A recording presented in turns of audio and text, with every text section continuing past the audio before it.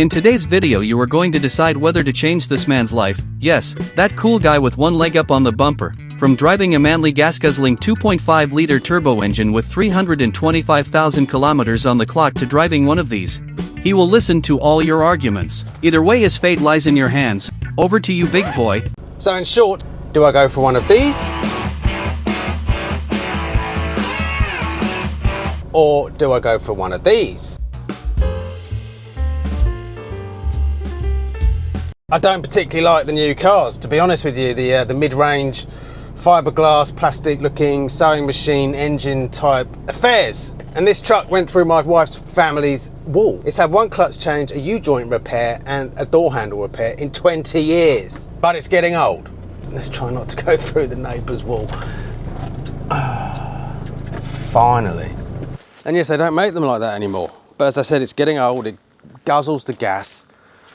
And that's why I'm being torn between the toughest truck on the market and what I consider the best EV maker in Thailand. So it's coming in completely left field.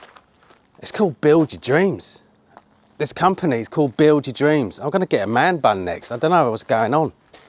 And I do a lot of kilometers.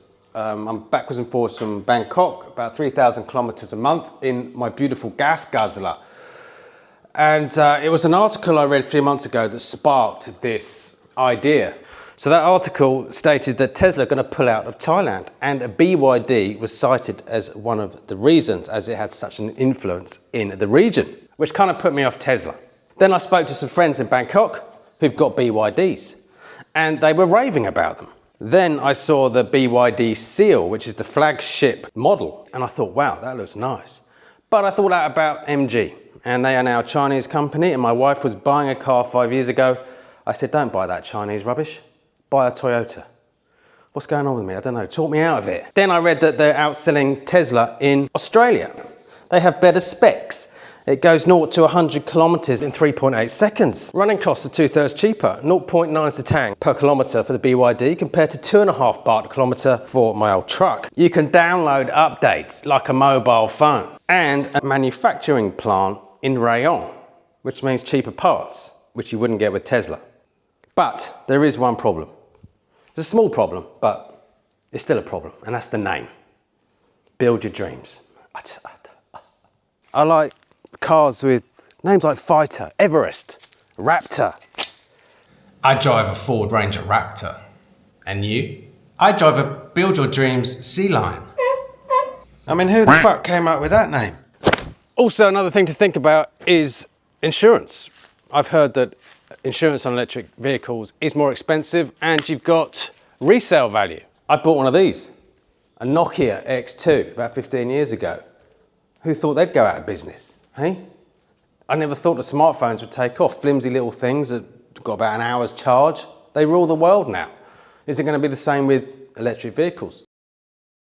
So that brings us on to the Ford Ranger Raptor. Why is that on the list? Well, there are two versions apparently. There's the cheaper, less powerful, more economical version of the Raptor, which I'm not interested in. Now, the V6 petrol apparently guzzles more fuel than a supercar, so it will be more expensive to run than my truck.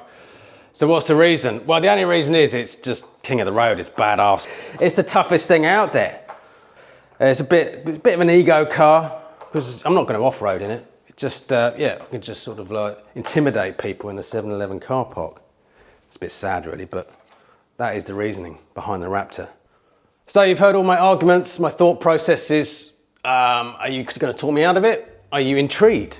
Well, there's only one thing to do, and that is test drive. Now, BYD offer 4 models, the Dolphin, Atto, but I'll be testing their latest offering, the Seal and Sealion. Okay, let's start with the BYD Seal. This is the all-wheel drive version, which goes 0 to 100 kilometers in 3.8 seconds, and in the same class as the Toyota Camry and BMW 3 Series. Now, the interior and exterior is stunning with ample boot space, but a rather oversized sunroof, which when looking online had mixed reviews in terms of overheating the car. Okay, so it looks fantastic. It has insane acceleration, great visibility, but it just wasn't me, even though I tried to look like a cool executive. It felt low to the ground. There were many steering modes available, but I was unimpressed with the handling overall. I wasn't sure about that oversized sunroof, which can only be covered with film.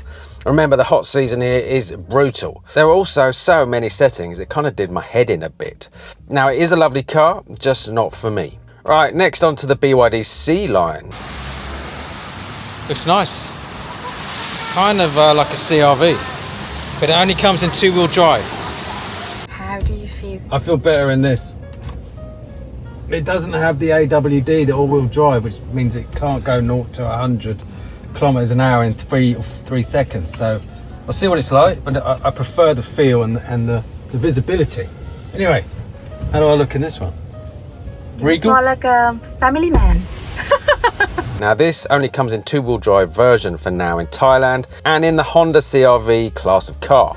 I loved this straight away. Stunning interior with a closable sunroof. Sitting higher up, this car fitted me like a glove. I loved the raised sitting position, beautiful feel and handling, and although only 2-wheel drive, it was still quicker than my Mrs. Toyota CHR. In fact, we were both so impressed with this car. My Mrs. asked about trading in her Toyota. So you want one? Yeah. This is very impressive. Sealion. Under $1 million baht, and it's beautiful to drive. Right, now next on to the Raptor. The beast, the Raptor. Yes, a very strong looking vehicle, impressed with the sturdy exterior, and the saleswoman was also a bit of a character and made the whole test drive a fun experience. Also made the missus a bit jealous, which was an added bonus. So, can you leave me alone with Yeah.ต้นน้ำ Okay. See you in about half an hour. Can you please? Yeah, the Raptor. Raptor. So big. On the road. Here's the beast. Huh? I hate it. You don't like the Raptor? I like it. It's a man's car, isn't it? Okay, so my missus hated it. I think most women hate these cars, probably because I liked it, but the interior was unimpressive and it kind of felt like my old truck, but higher, with a less comfy interior. Now you can't beat the old comfy car interiors. And although it did boss the road and I loved it, I don't know, I'm not sure it warranted the hefty price tag.